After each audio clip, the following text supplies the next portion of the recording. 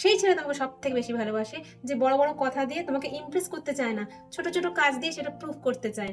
সেই ছেলে তোমাকে সব থেকে বেশি ভালোবাসে, যে তোমার ওভার থিঙ্কিংকে পাগলামি ভাবে না, সে বুঝতে চায় যে তুমি কেন এমন ফিল করছো।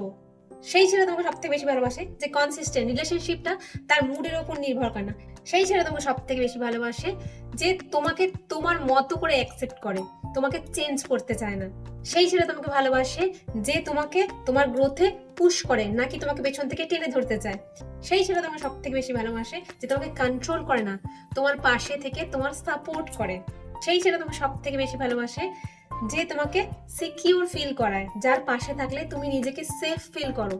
সেই ছেলেটা তোমাকে সব থেকে বেশি ভালোবাসে, যে তোমাকে হারিয়ে ফেলার ভয় পায়। সেই ছেলেটা তোমাকে একদম ভালোবাসে না, যার সাথে থাকতে গিয়ে তুমি নিজেকে হারিয়ে ফেলছো, তোমাকে সব সময় কম্প্রোমাইজ করতে হচ্ছে, তুমি সব কিছুতে কনফিউজ হচ্ছ, তুমি সব কিছুতে জাজ হচ্ছ। কারণ রিয়েল ম্যান তোমাকে কখনো চেজ করতে বলবে না, তোমাকে সে বারবার প্রতিদিন একইভাবে চুজ করবে। সো তোমার কাছেও কি আছে এমন কোনো পুরুষ? তো তাকেও তুমি যত্ন করো, আগলে রেখো, খেয়াল রাখো, সম্মান দাও। আর হ্যাঁ, তোমার সেই পুরুষটিকে রিলটা ট্যাগ করে দাও। টাটা।